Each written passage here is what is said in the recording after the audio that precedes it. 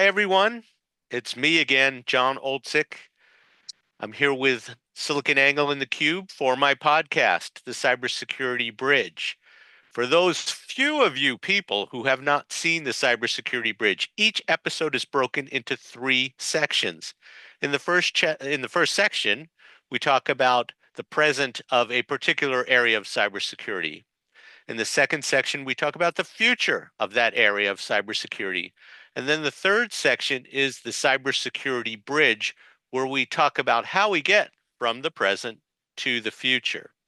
So with that, I'm happy to bring in my guest, Greg Notch, who is the CSO at Expel. Greg, welcome. If you can give us or give the audience a little bit of an introduction. Sure. Hi, I'm Greg. I'm the Chief Security Officer for Expel. We're a managed detection and response company, but I've been doing security for about 20 years now and technology for 35. And I'm really looking forward to talking about the present and the future with John today.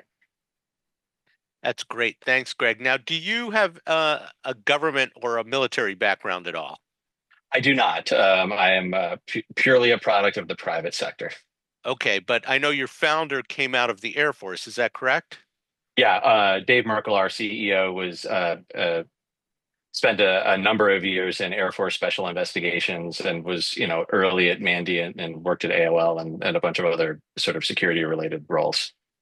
Okay, I ask you that because are you ready to play cybersecurity trivia?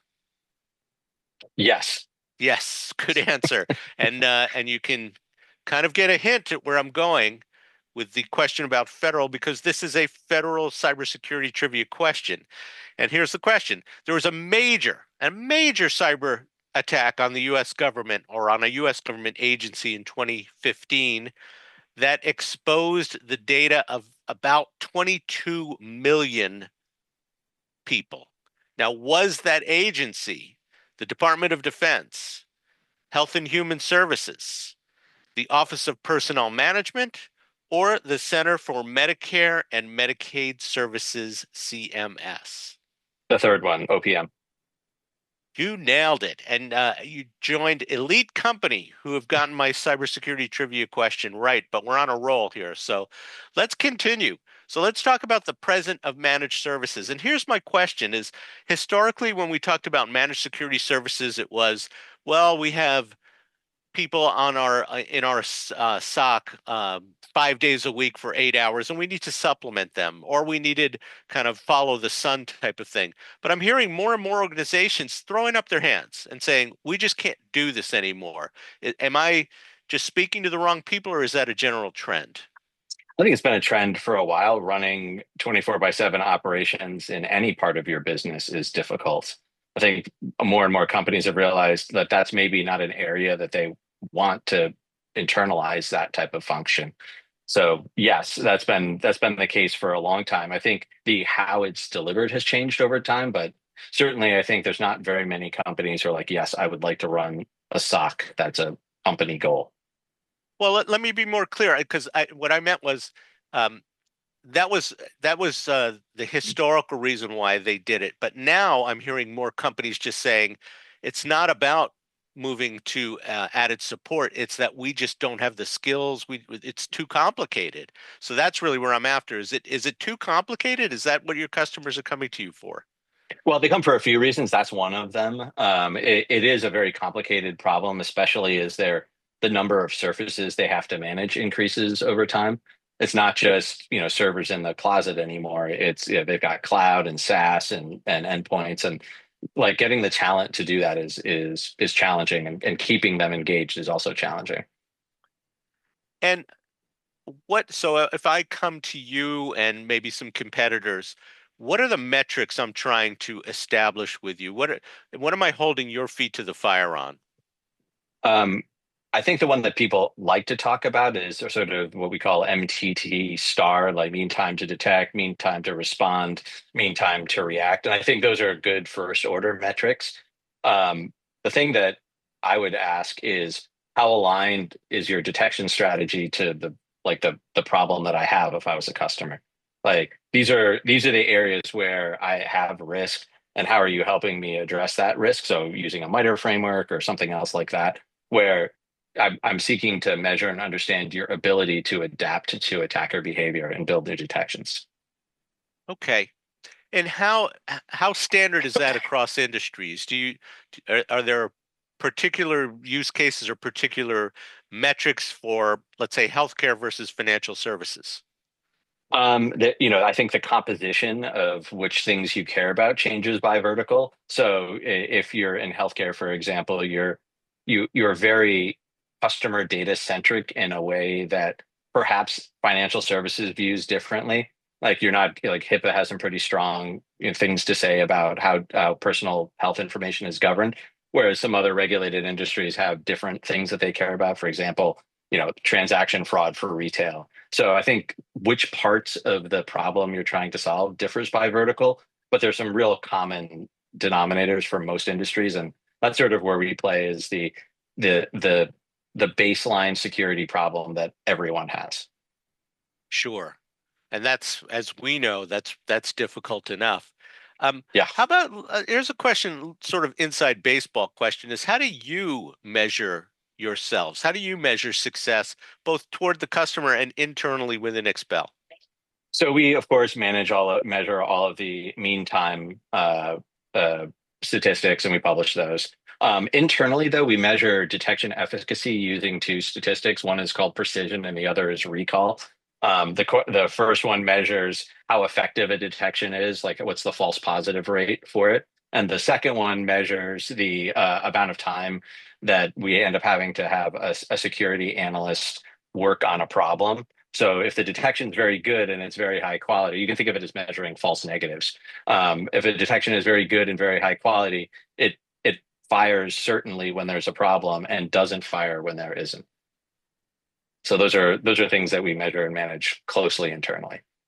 And are you constantly red teaming your detection rules or doing penetration testing, anything like that?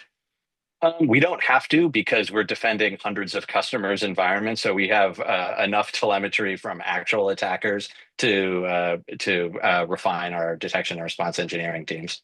Okay, that's a different approach to red teaming, but definitely a real-time approach.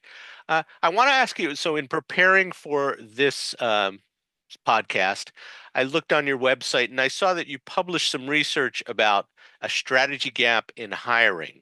Could you elaborate on that? Yeah, I think this was a response to, there's been a lot of talk about the talent shortage in cybersecurity has been a sort of a hot topic for several years. And we looked at it and you know, we, we have our own talent pipelines for our security operations and engineering orgs, but it just didn't seem to line up with what we were seeing, both in terms of available talent and just, we were watching a lot of folks roll through the training programs and then not find work on the other side. And we're like, well, wait, what's going on here? Is it true that that there really is a talent shortage? Or is that talent just not well aligned with the skill set that companies think they need to hire?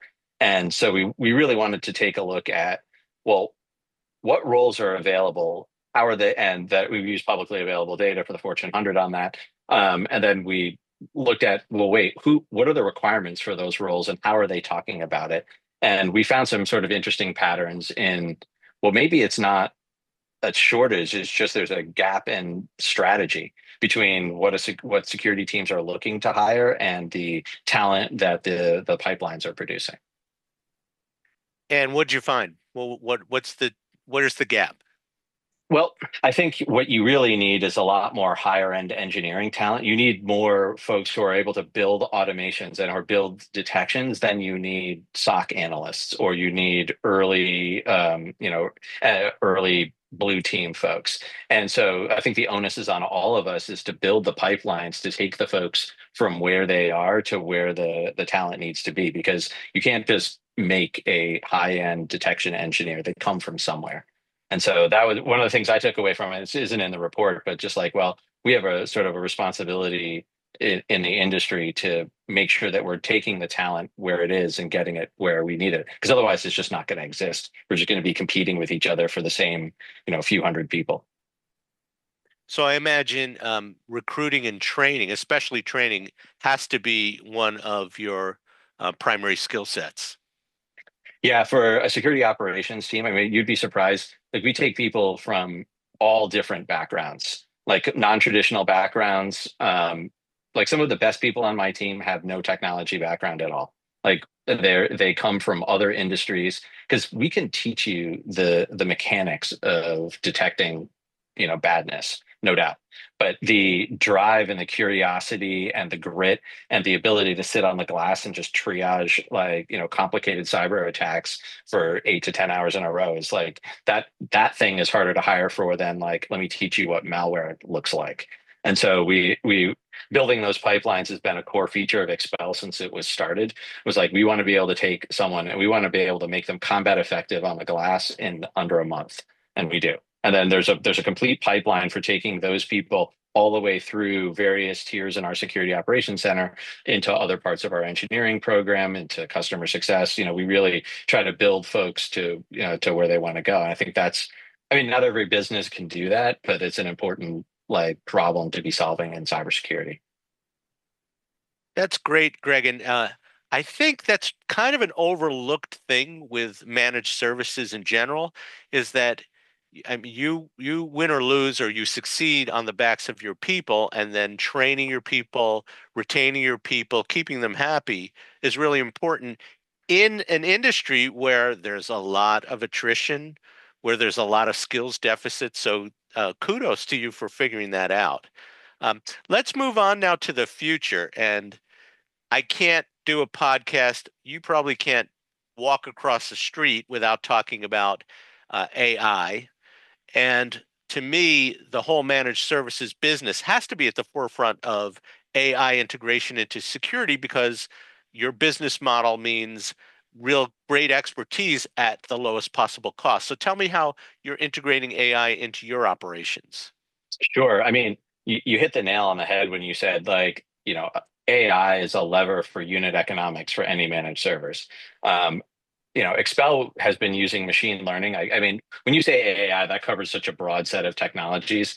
But I think of some of the early things that were built at Expel were machine learning, ways to pattern match at scale. And really, there was two reasons for that. At its core, a security operations center is a decision support system. It's how can I put the right information with the highest quality and highest fidelity in front of an analyst and have them make a call. If I can't make a call like in an automated way ahead of the analyst.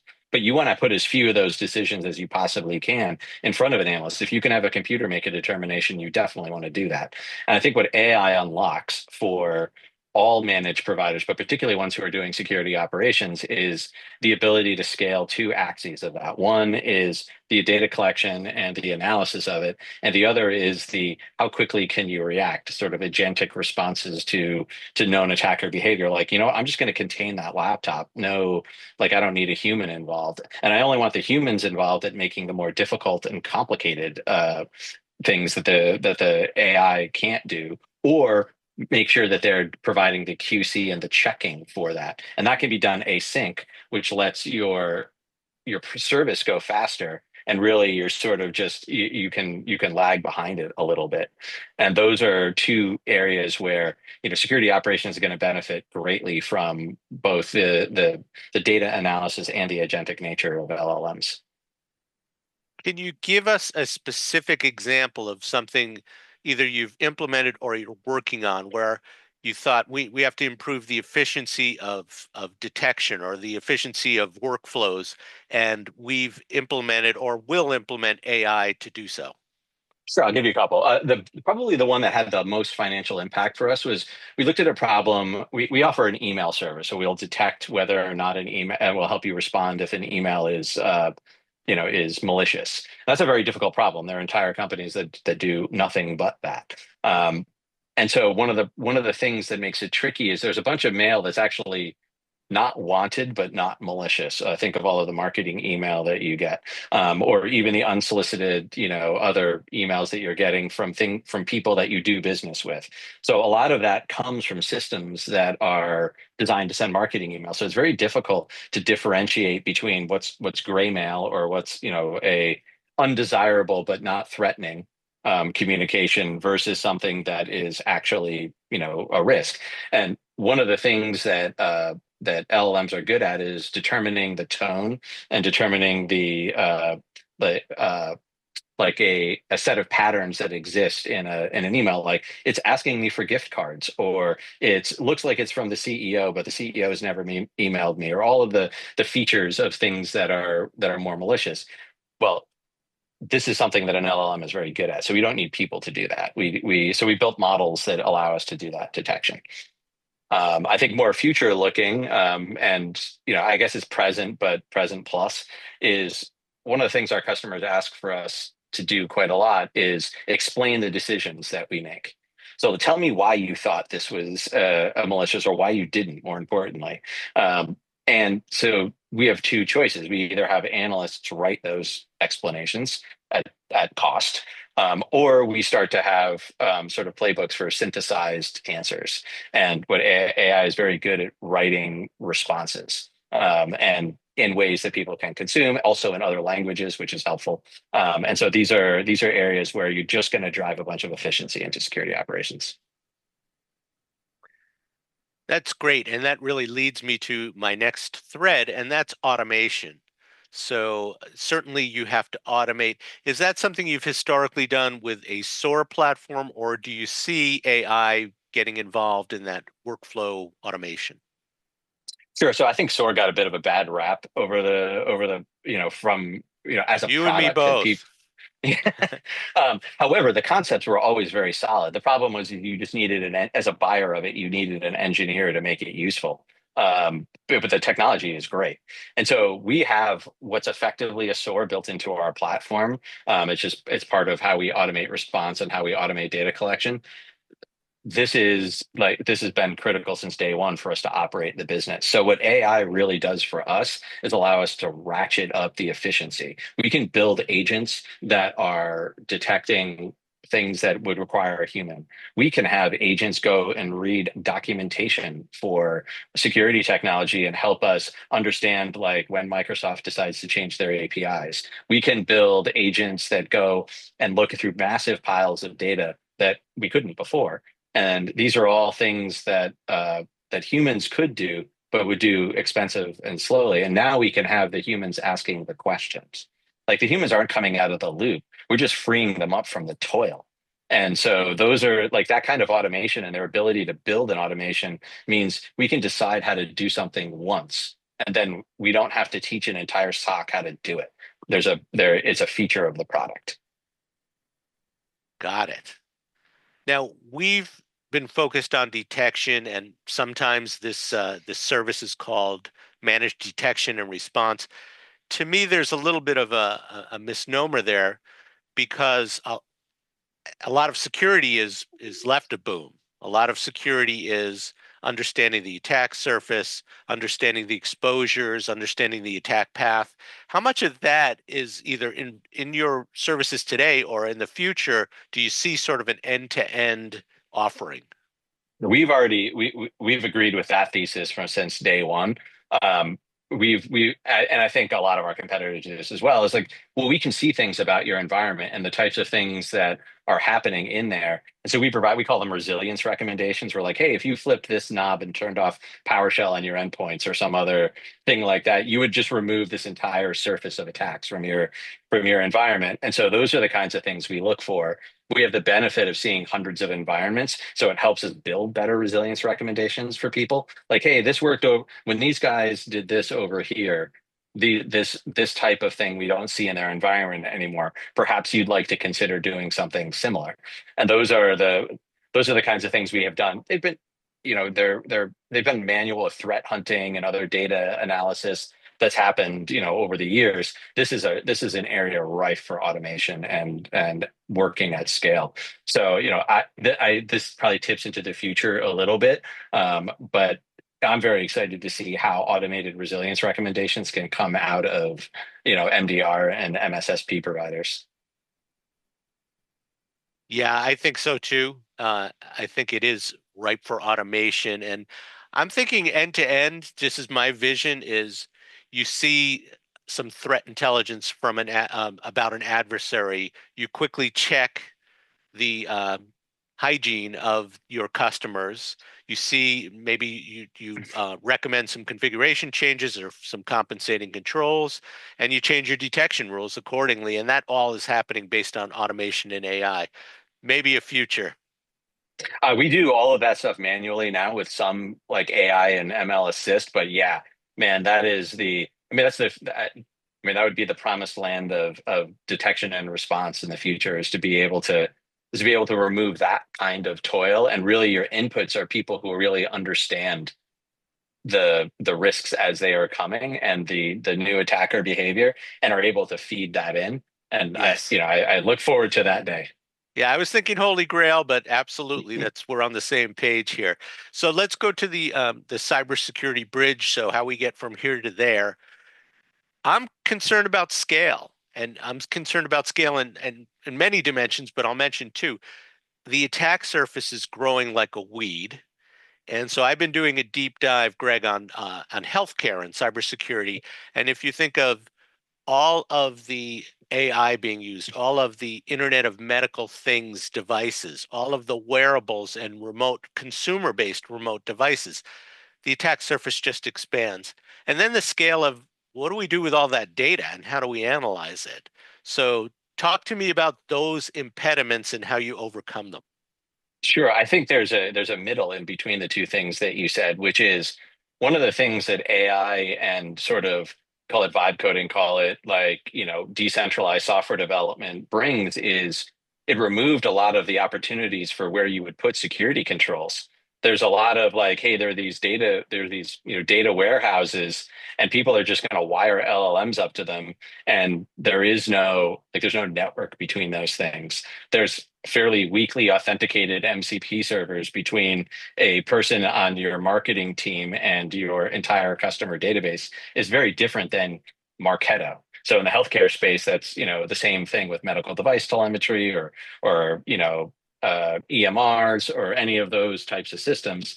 Like there's no EMR doing authentication when there's an MCP server sitting there and you can interrogate it. So I think data security is going to become like paramount, and identity security is how we close those two bridges, right? So all of the folks in the DSPM space, all of the folks doing identity, like not just, core like authentication, but the folks doing IGA work, the other that are the non-human identity work, all of those folks are going to be critical to allowing us to go. They're the brakes that let our race car go faster with AI. So those are critical areas.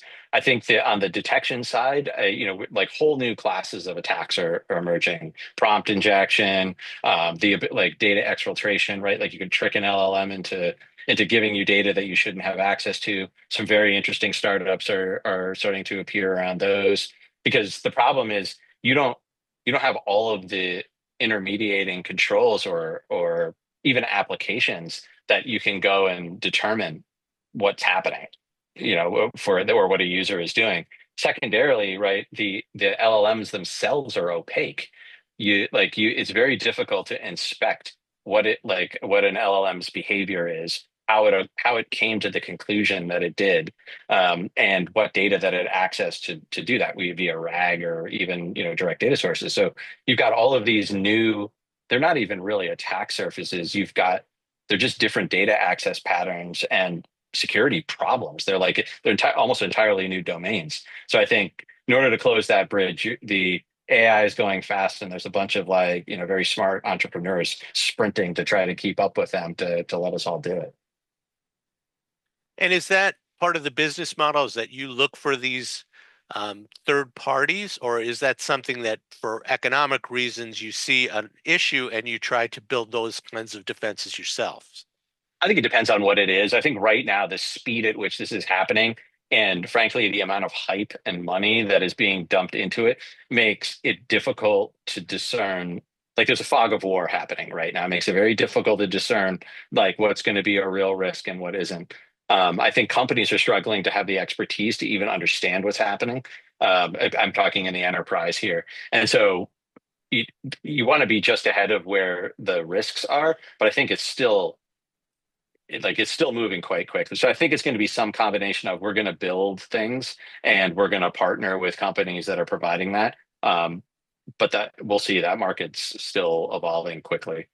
Yes, it is. It's evolving really quickly, and it's a little bit nebulous in where it goes and how quickly it goes. Um, Someone made the quote of there are no wrong predictions, there's just bad timing.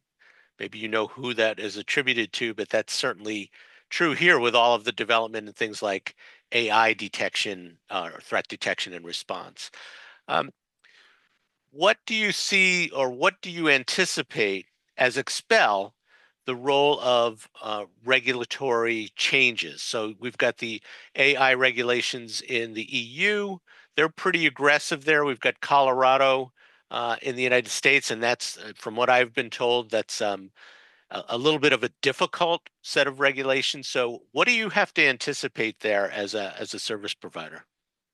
Yeah, there aren't a lot of good analogies here, but I'll pick one.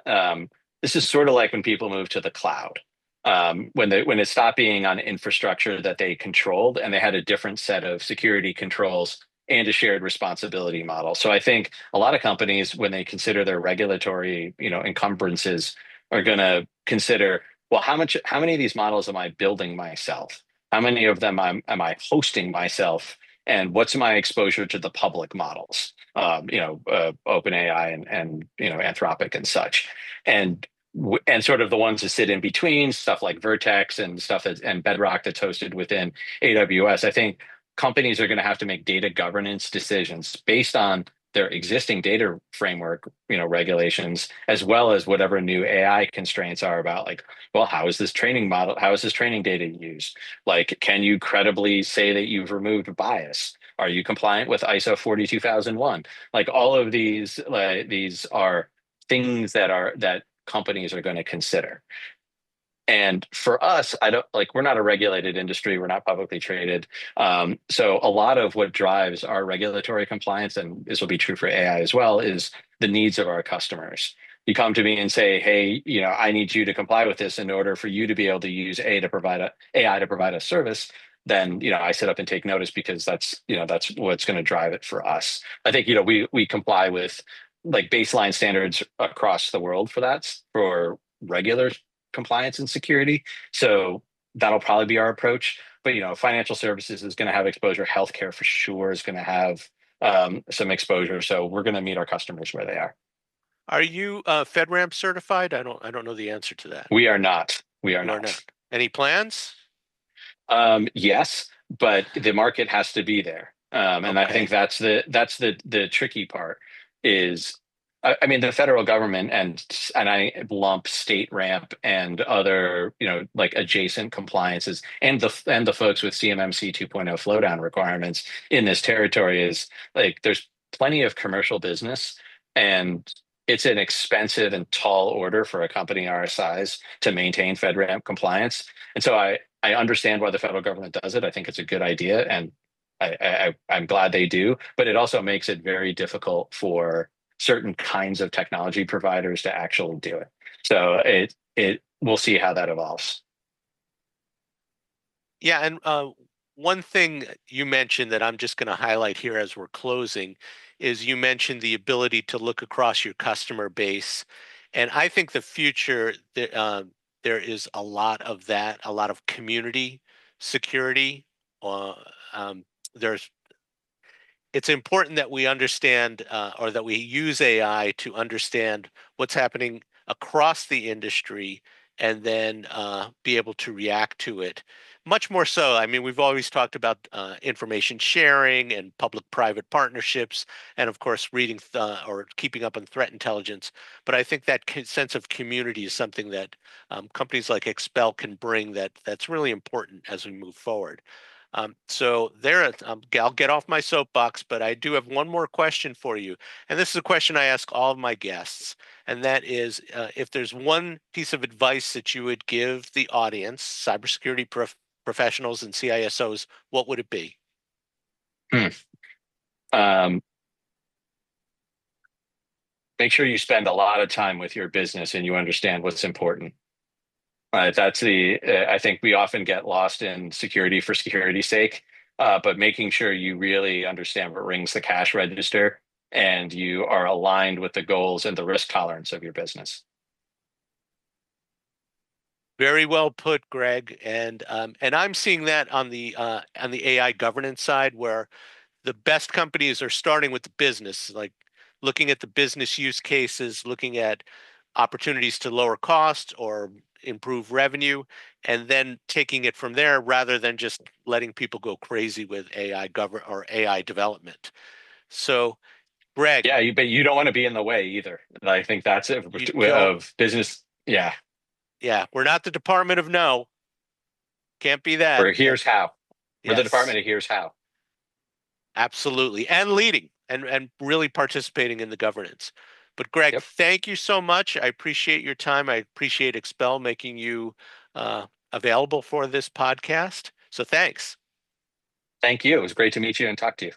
Nice to meet you too. And for the audience, look for another podcast from me, Cybersecurity Bridge, Jon Oltsik, in 2 weeks. Thanks.